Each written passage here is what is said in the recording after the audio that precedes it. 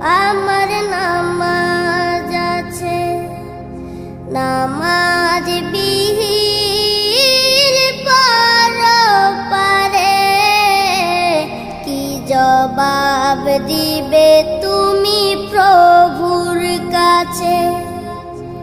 প্রভু